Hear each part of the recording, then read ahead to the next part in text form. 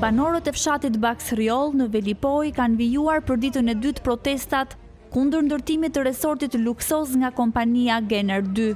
Ata kanë bllokuar rrugën Shëngjin Velipoj për rreth 1 orë dhe më pas kanë zbritur në kantier duke ndaluar punimet e makinerive.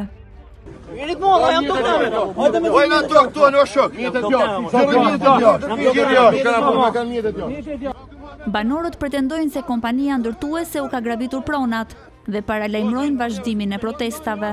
Gjatë protestës, 25 banor janë shoqëruar nga policia e Shkodrës, ndërsa nuk kanë munguar përplasjet fizike mes protestuesve dhe efektivëve.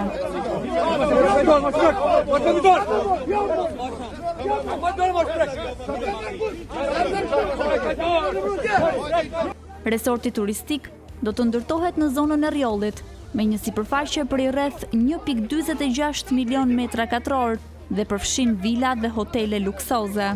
Ky projekt është konsideruar një nga investimet më të mëdha turistike në vend.